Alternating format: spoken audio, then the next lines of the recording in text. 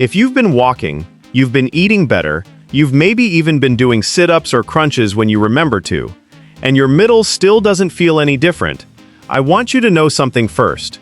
It's not because you haven't tried hard enough. There's something most people never get told about why this area is so stubborn after 50. And it isn't about doing more.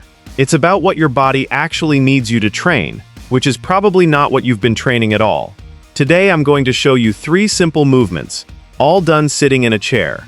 We'll start with the easiest one, and build up to the one that asks the most from your core. And by the end, you'll understand exactly why the third one matters the most. Not because I'm telling you it's the best, but because you'll be able to feel why for yourself. Let's talk about what's actually going on first. Here's the thing about your belly after 50. It's not that it suddenly decided to misbehave. Most people in their 50s, 60s, 70s, and beyond have tried the obvious things. Walking more, eating a little lighter, maybe some crunches on the floor if the floor is even still an option for your knees. And for a while, you probably expected that to be enough. But here's what nobody explains. Walking is wonderful for your heart, your legs, your mood. Eating well matters for your whole body. But neither one of those things actually trains your core to do its real job. And crunches, if you've tried them, mostly work the surface muscles, the ones right along the front. They don't reach the deeper muscles that actually hold your middle together and keep it steady. So if you've done all of that and still feel like nothing changed in how your middle feels or moves, that's not a sign you failed. It's a sign you were working on the wrong thing. Now, I want to be straight with you about something, because I'm not going to sell you anything false here. What exercise like this actually does is strengthen and train the muscles underneath, and that matters more than people realize, because a stronger core changes how your middle sits, how supported your back feels, and how in control your body feels when you move. That's a real result.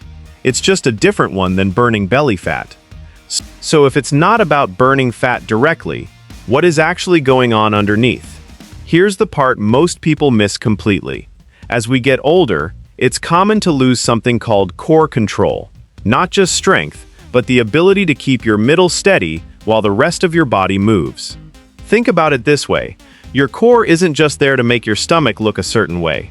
Its real job is to hold your trunk steady while your arms and legs do things. Reaching, standing, turning, walking. When that control fades, your body starts compensating. Other muscles, like your lower back or your hip flexors, start doing work they were never really built to do. And that's often where stiffness, tiredness, or that feeling of your middle just not holding the way it used to comes from. So the real question isn't, how do I work my belly harder? It's, how do I retrain my core to actually control movement again? That's a completely different goal. And it's exactly what today's 3 exercises are built around. Let's start with the easiest one, because your core, just like anything else, needs to relearn control gradually, not all at once. Exercise 3. Seated alternating knee lift. This first exercise looks almost too simple, but don't underestimate it. You're going to move one leg at a time while your upper body works to stay tall and controlled.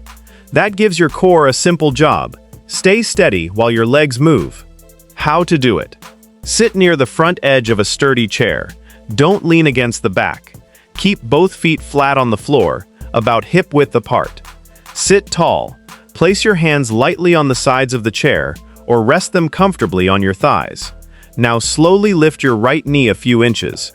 Keep your chest tall. Don't lean backward to get the knee higher. Then slowly lower that foot back down. Now lift your left knee. Lower it. Right, left. Keep alternating. Don't rush. Think about keeping your upper body quiet while your legs do the moving. Where you should feel it, chest. You may feel the muscles around your lower belly and the front of your hip working. You should also feel your trunk working to keep you steady. Common mistake. The most common mistake is leaning backward to lift the knee higher. You may think you're making the exercise harder, but if you lean backward to lift the knee higher, your hip flexors may start doing more of the work, and you may lose the stable upright position we're looking for. Fix sit tall. Keep the movement smaller. The knee does not need to come very high. A controlled lift is more important than a high lift. If this feels too difficult, you can rest your back against the chair for support. Keep the knee lift small. Start with 10 alternating lifts, 5 per side.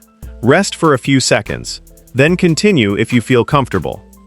So we started by teaching your core to stay steady while just one leg moves. But everyday movement doesn't always stay that simple.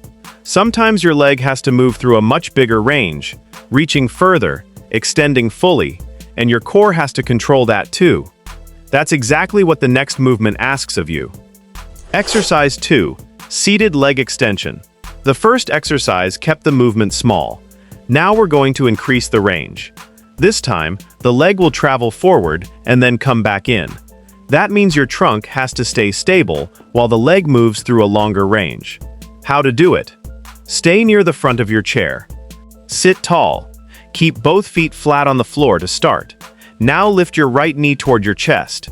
From here, slowly extend your right leg forward. Extend only as far as you can while keeping your posture comfortable and controlled. Then slowly bend your knee and pull your leg back in. Bring the foot back toward the floor. That's 1 repetition. Now switch legs. Left knee comes up. Extend the leg forward. Pull it back in. Then lower it. Keep alternating. Where you should feel it. You may feel this in the front of your thigh and hip. At the same time, your abdominal and trunk muscles are working to help keep your body steady. The most common mistake is allowing the back to move around while the leg is extending. You might lean backward, or you might rush the leg forward and let it drop back down. Fix. Sit tall. Slow the movement down. Extend only as far as you can while keeping control. You don't need to straighten the leg completely. A smaller range is perfectly fine. The goal is control, not how far your leg can reach. If this feels too difficult, keep the knee bent throughout the movement. Instead of fully extending the leg, straighten it only partway. As you become more comfortable, gradually increase the range. Start with 8 repetitions per leg. Rest for about 20 seconds, then repeat for 2 more sets if that feels comfortable. Notice something here for a second. We haven't needed anything complicated. No equipment, no floor work, nothing dramatic. We're simply asking your body to control movements it may have quietly stopped practicing years ago. That's really the whole idea behind this video. Before we get to the last one, I want to ask you something. Tell me in the comments, what have you tried so far to strengthen your core, and what's been the hardest part for you? I read every comment, and it genuinely helps me understand what to cover in future videos. Exercise 1. Seated double knee lift. This is the final movement, and it's the most demanding of the 3, because both legs are moving at the same time. Your trunk has to work harder to keep you upright while both knees come up together. But don't worry about lifting high. Control matters more than height. How to do it? Sit tall near the front edge of your chair. Place both feet flat on the floor. Rest your hands lightly on the sides of the seat for support. Keep your chest lifted. Now slowly lift both knees toward your chest at the same time. Only raise your knees as high as you can without losing your upright posture or feeling strain in your lower back. Hold for just a moment at the top. Then slowly lower both feet back down together. Don't drop them. Control the entire movement. That's 1 repetition. Rest briefly, then repeat. Start with 5 to 8 repetitions. If that feels comfortable, gradually work toward 10, where you should feel it. You may feel your abdominal and hip muscles working as you lift your legs. You should also feel your trunk working to keep your body stable. Common mistake in the noun. The biggest mistake is leaning backward to get the knees higher. If you find yourself leaning back, you're probably trying to lift the knees farther than you can currently control. Fix. Sit taller. Reduce the height of the knee lift. You don't need your knees to reach your chest. You simply need to lift them while maintaining control. If this feels too difficult, go back to the alternating knee lift. Practice 1 leg at a time until you feel stronger and more comfortable. There's no prize for forcing the hardest version. The goal is to find the version you can control. Let's put all 3 of these together for a second, because I don't want you to think of them as 3 separate things you just happen to do. The first movement taught your core to stay steady while 1 leg moved. The second asked it to control that same leg through a much longer, fuller range. And this final one asked both legs to move together, so your core couldn't rely on one side resting while the other worked. That's not a random collection of exercises, it's a build. Each one asks a little more of the same skill, your core's ability to stay in control while the rest of your body moves. And that skill is exactly what shows up in real life. Getting out of a chair, walking without feeling unsteady, reaching for something without your back taking over. That's what you were actually training today, even though it all happened sitting down. So here's what I want you to walk away with. Your belly hasn't been stubborn because you weren't working hard enough.